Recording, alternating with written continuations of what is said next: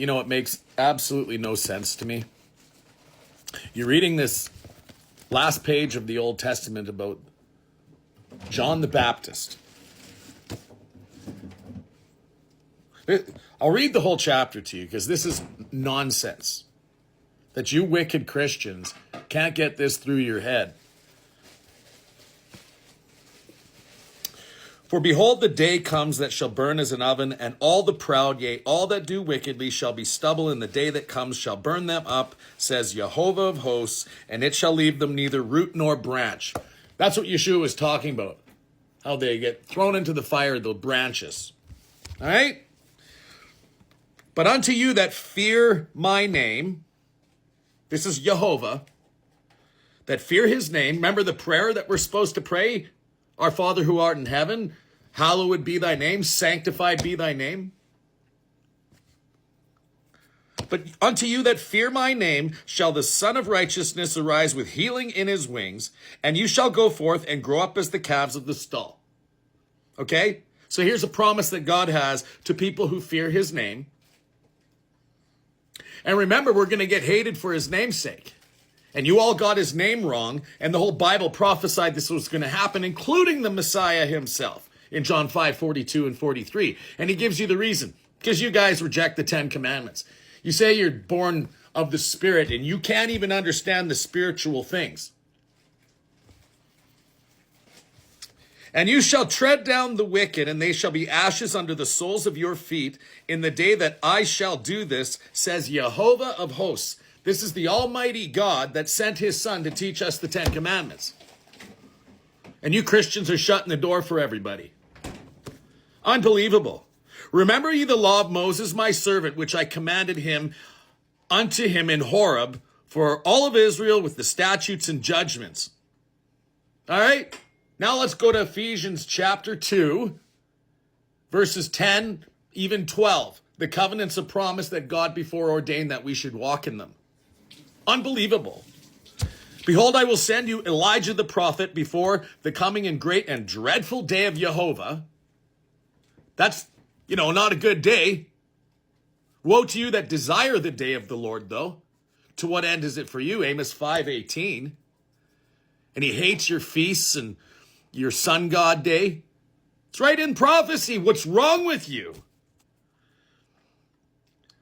And Elijah, the prophet, before the great and dreadful day was John the Baptist, teaching you the 10 Commandments. That's why you were getting baptized.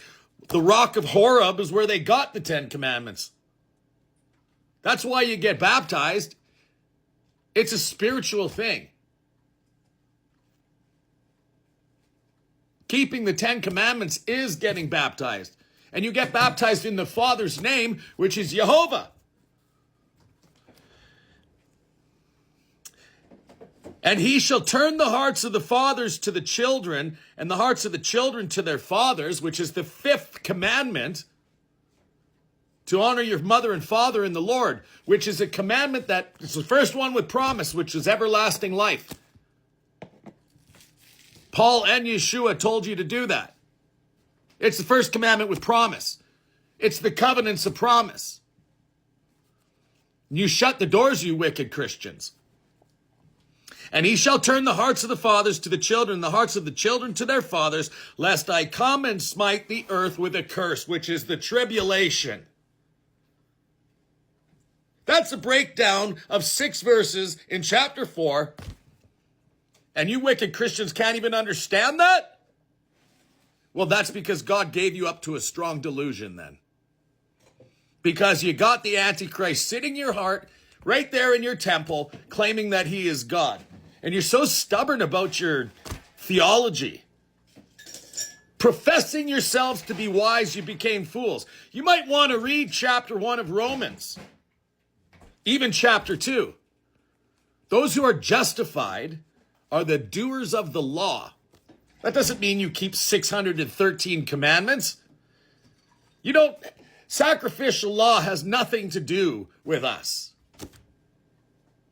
The 10 Commandments does. The sacrificial law was a punishment added to Israel because they broke the 10 Commandments in the first place.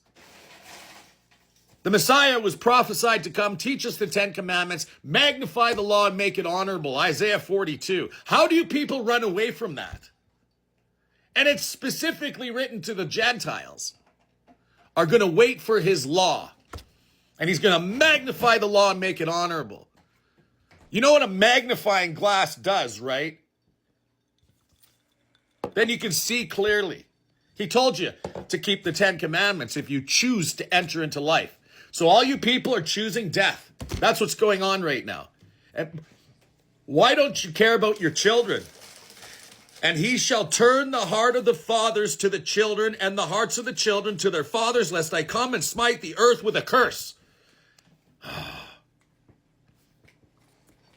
Oh, but you've been all numbed down to hear the smooth ear tickling words and live a worldly life and thinking you're still going to get into the kingdom.